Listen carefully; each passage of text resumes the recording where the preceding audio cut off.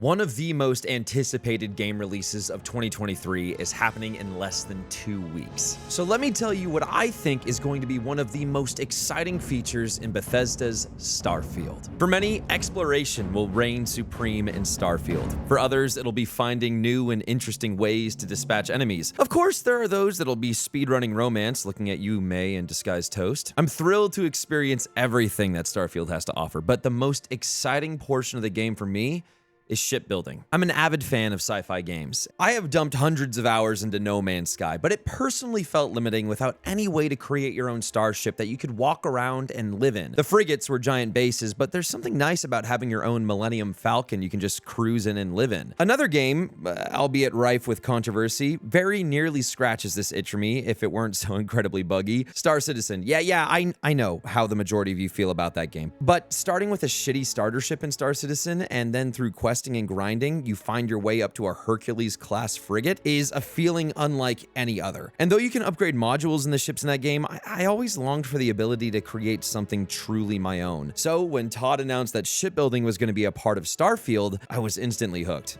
I mean, I already was. I've been a Bethesda stan from the moment I played Oblivion, but you get my meaning. From what I've gathered from the media released by Bethesda, everyone will start with a ship called the Frontier, and from there they will either sell it off for better ships or upgrade it with modular parts. The building itself looks incredibly gratifying. Everything snaps together like Lego pieces, and every piece directly impacts the stats of your ship. Nothing's just purely aesthetic, at least from what I can tell. You'll have weapon systems, living quarters, grav drives, etc., all of which determine what your ship will excel in. I can't really tell how big of a ship you'll be able to make in this game, but it seems like it won't be able to exceed the dimensions of the landing pad just from a quick guess. I'm incredibly excited to see how far we can upgrade our starting ships into the ships of our dreams, whatever that may mean for you personally. Of course, with any ship of a decent size, you're going to need a crew. Bethesda addressed this by showcasing that some of the story characters will be crew members, and if you need more, you can hire them at shipyards. As well as at shipyards, you can purchase whole new ships and parts. But can I just take a moment to say the aesthetic of shipbuilding and shipyards and the ships themselves and just, I guess, the game itself also really sells me. This whole NASA punk aesthetic that Bethesda likes to call it really grounds this game in a future that feels possible and as such, easily lends itself to an immediate immersion from the player. Now, there are a few things that let me down with the whole space exploration from what I've been able to find. Not being able to manually land or take off from planets, i.e. not being able to go through atmosphere, finding a landing spot, and putting yourself down on a barren planet, or requesting docking from one of the inhabited worlds is a little bit sad for me. Also, not natively supporting the joysticks is a little bit of a letdown. Not too much for me because I don't really plan on playing that way, but it would be nice that I would have that option, you know what I mean? But of course, there are going to be programs that'll solve the joystick problem. However, another exciting aspect of Starfield ships is the combat. Whether you find yourself in combat protecting yourself from pirates or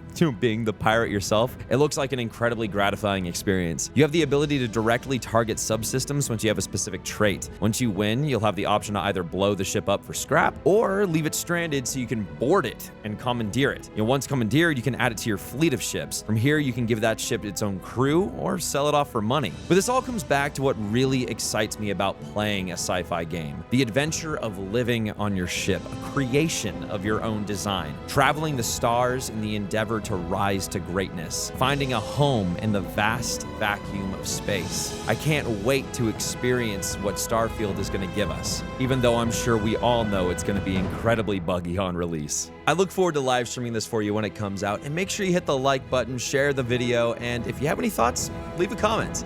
And of course, huzzah, dude!